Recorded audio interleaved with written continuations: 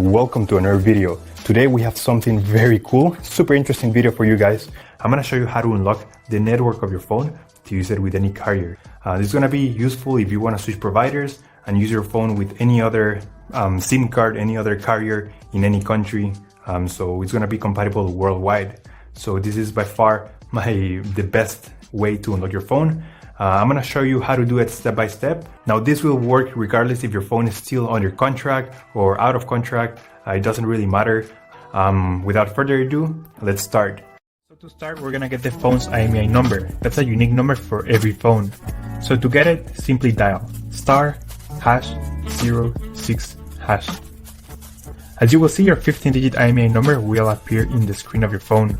This number is very important. It represents the ID of your phone, and keep it somewhere close because we're gonna use it in a few seconds to unlock this phone.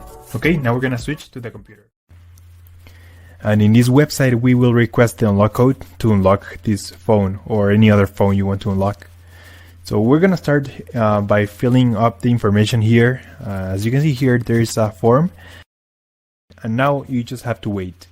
You have to wait until they send you your unlock code. This may take 5 minutes and up to 3 or 10 business days. It depends on every brand.